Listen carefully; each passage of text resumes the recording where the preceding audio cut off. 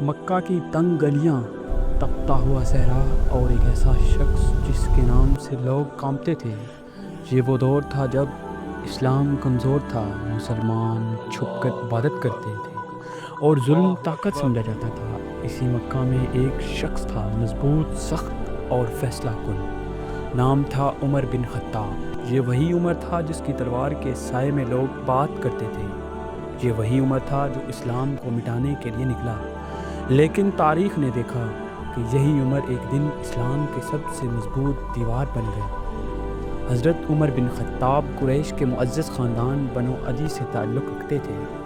قوت، غیرت اور قیادت ان کی فطرت میں تھی۔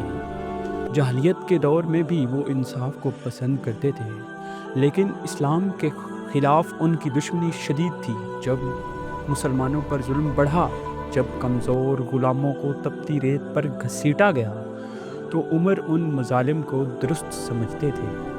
انہیں لگتا تھا کہ محمد صلی اللہ علیہ وسلم قریش کو تقسیم کر رہے ہیں۔ ایک دن غصے میں بھرے ہوئے حضرت عمر تلوار لے کر نکلے۔ ارادہ واضح تھا، محمد کو قتل کرنا۔ راستے میں ایک شخص ملا، اس نے کہا، اے عمر، پہلے اپنے گھر کی خبر لو۔ تمہاری بہن اور بہنوئی محمد کے دین کو مان چکے ہیں۔ یہ سن کر عمر کا غصہ بھڑک اٹھا۔ وہ سیدھے اپنی بہن فاطمہ بنت خطاب کے گھر پہنچے۔ دروازہ کھولا، اندر قرآن کی تلاوت ہو رہی تھی۔ یہ اللہ کا کلام تھا، سورۃ طٰہٰ۔ غصے میں آ کر عمر نے بہنوئی کو مارا، بہن کو دھکا دیا، خون بہنے لگا۔ اچانک عمر رک گئے۔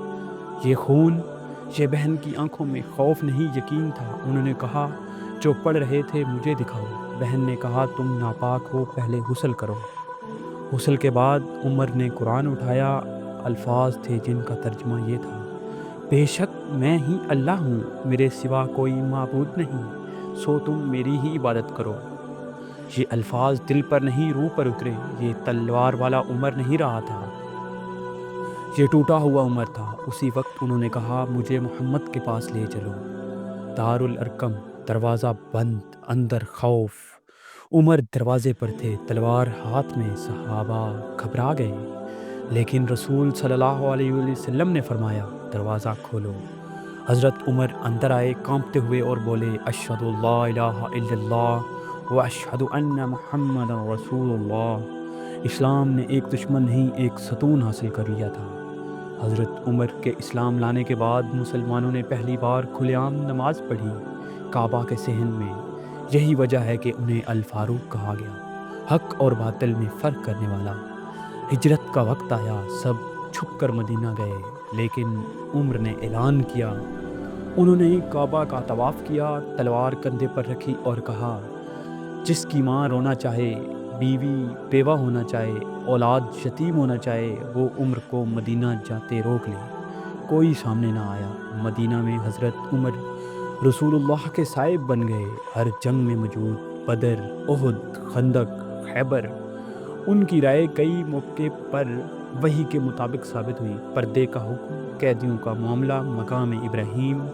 رسول اللہ صلی اللہ علیہ وسلم نے فرمایا، اگر میرے بعد کوئی نبی ہوتا تو وہ عمر ہوتا۔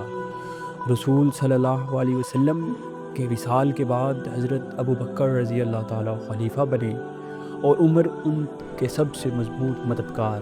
پھر وہ دن آیا جب امت کی ذمہ داری حضرت عمر کے کندھوں پر آ گئی، لیکن محل نہیں، چٹائی۔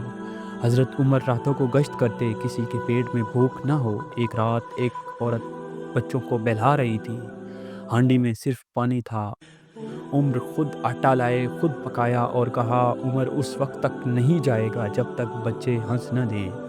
عدل ایسا تھا کہ دریائے نیل کو خط لکھا گیا۔ کیسر و کسرا کانپتے تھے، لیکن عمر کا لباس پیوند والا تھا۔ ایک دن فرمایا، اگر فرات کے کنارے ایک کتا بھی بھوکا مر گیا تو عمر اس کا ذمہ دار ہوگا۔ آخر وہ دن آیا، فجر کی نماز، مسجد نبوی۔ ایک غلام نے خنجر مارا، زمین پر گرے، لیکن فکر نماز کی تھی۔ فرمایا، کیا نماز ہو گئی؟ یہ تھے عمر، زندگی، عدل اور موت بھی عدل کے سجدے میں۔ یہ کہانی نہیں، یہ تاریخ ہے۔ یہ افسانہ نہیں، یہ قرآن و احادیث سے ثابت حقیقت ہے۔ حضرت عمر بن خطاب، اندھیرے سے نور تک کا سفر۔